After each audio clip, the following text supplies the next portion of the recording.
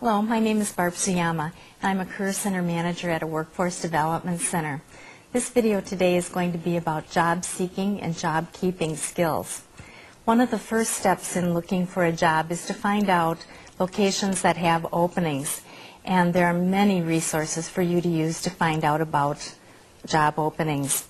One of the most familiar resources is the Want Ad section of your newspaper. The job openings there are listed by category. To find a nursing assistant position, you would look under the category Health Care.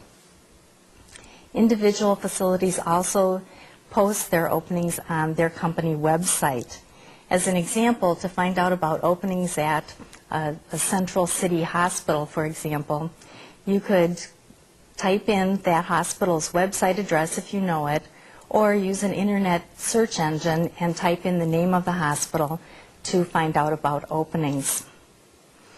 Your technical college's Employment Opportunity Center, formerly called the Placement Office, will also have job postings.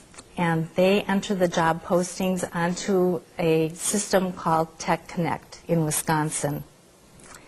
Job Service is an agency that lists job openings. It's a government agency that's free to use for both employers and the job seekers.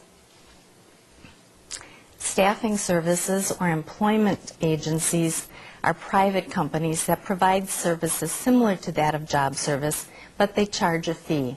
And these fees are charged either to the employer or the job seeker, and sometimes to both. Many companies, however, will only hire people who are referred to them by these staffing services. Research on job seeking shows that the most effective way to find out about job openings is to ask neighbors, friends, and relatives if they know of anyone who's hiring nursing assistants. This method is called networking. Many communities have active networking groups, and you can find out about these groups by checking your local newspaper. A job fair is usually a one-day event at which many employers set up tables at a specific location for a specified period of time. Job seekers attend this job fair and talk to the companies about any openings they may have. Many of the interviewers will interview right at the job fair. You can also contact companies directly to inquire whether or not they have job openings. You can use a telephone book, a services directory, or a Chamber of Commerce guide to get the names and phone numbers of places that you can call. And finally, workforce development centers are located throughout the United States. These centers are set up so that all or most of the resources I've mentioned are located in one building. To find a job center location near you, go to the internet, and the address is www.servicelocator.org and click on Workforce Development Centers. You will most probably be asked for a resume at some point in your job search process. A resume is a written document that highlights your skills and qualifications for a job in an organized manner. It's a basic job search tool and very often is the first contact an employer may have with you. An employer will want to call you for an interview if your resume looks professional and highlights skills, abilities, and qualifications that relate to the occupation you're applying for. The basic elements of a resume are, of course, your name, your address, your phone number, including your area code, your email address, a career objective or position desired, a skills summary, education information, any experience and work history, and any special awards, accomplishments, or special memberships that you hold.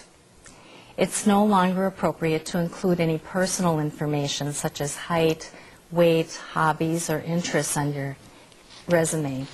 And it is also no longer necessary to include the statement, references available upon request. There are numerous resources available to help people to create a professional resume. The Job Information Center at your Workforce Development Center, your local library, or the Employment Opportunity Center at your school have sample resumes, vocabulary lists, and other resources that can help you create a resume.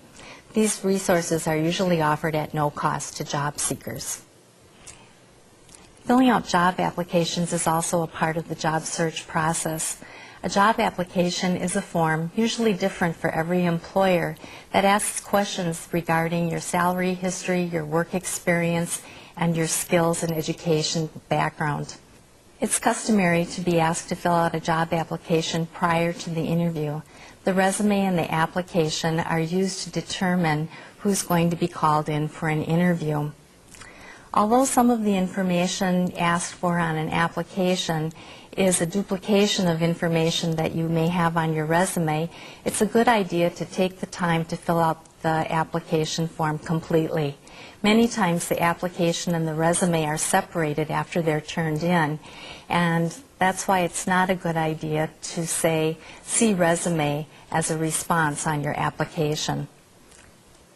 Be prepared to fill out the application at the employer's work site.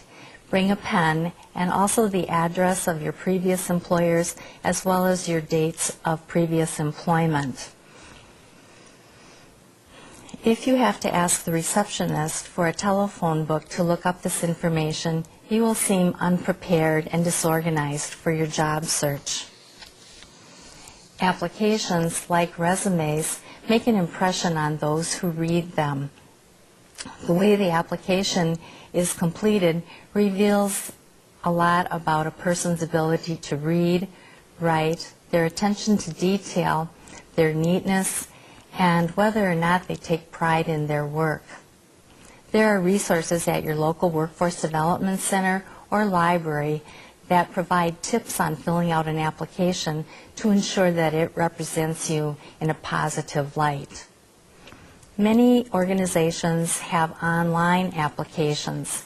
If you don't have a computer at home, you can access these online applications at your local library, a job service office, or at the Workforce Development Center.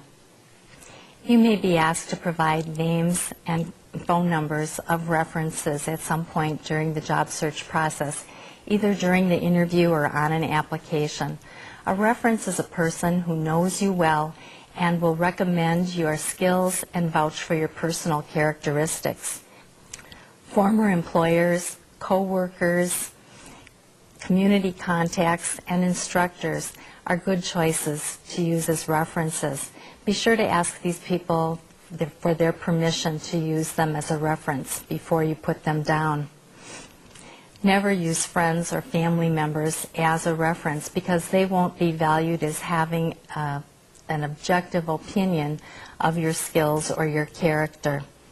Type up their names, titles, and phone numbers on a separate sheet of paper and bring that with you to the interview. In the next section, I'll be talking about the interview. But before we begin, I'd like you to take a look at an interview in progress.